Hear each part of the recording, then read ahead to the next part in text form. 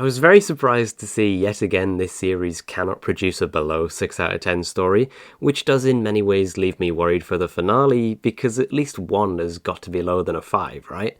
Hello everyone, I really hope that you enjoyed the Interstellar Song Contest as much as I did, and didn't go straight onto Twitter in the morning, as the first thing I was greeted by after seeing the episode was a picture of Susan. Now, I know you can mute tags and stuff, such as Doctor Who spoilers and whatnot, but why should we be expected to mute tags? Why can't people just put spoiler warnings and spoiler filters over their post? RTD was completely right. Do not open social media after 8 AM and before you watch the episode. Now, when it comes to the big reveal of the story, of course being that Mrs. Flood is the Rani, I did say in, was it Lux, that Mrs. Flood wasn't going to be the Rani, and like the big bad at the end of Series 14 not being Sutek, I was once again wrong.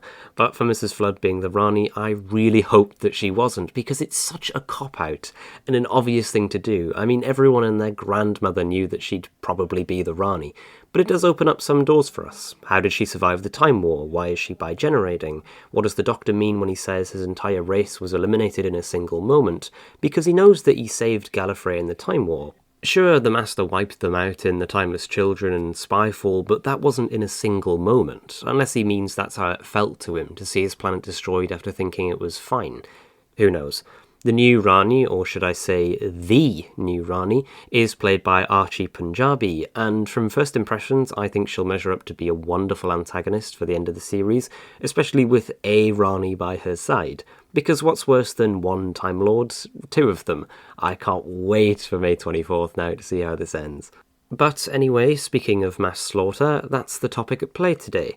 Our main villain is the Hellion Kid, who wants to use a delta wave, which is a nice callback to Series 1, to kill all 3 trillion people watching the song contest, and I am completely dumbfounded that he has somehow found defenders on Twitter.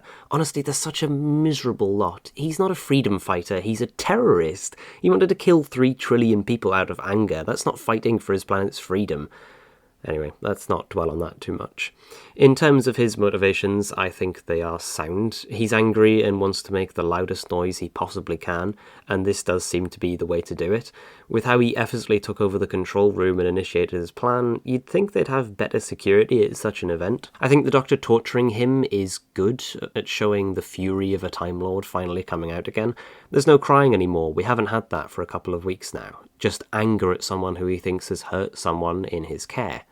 The Doctor himself was fantastic in this story, and is what ended up making it really quite funny. Him using a confetti cannon in space, meeting Gary and Mike, who end up falling head over heels for him, meeting Graham Norton, his interactions with Rylan, who I must say was spectacular.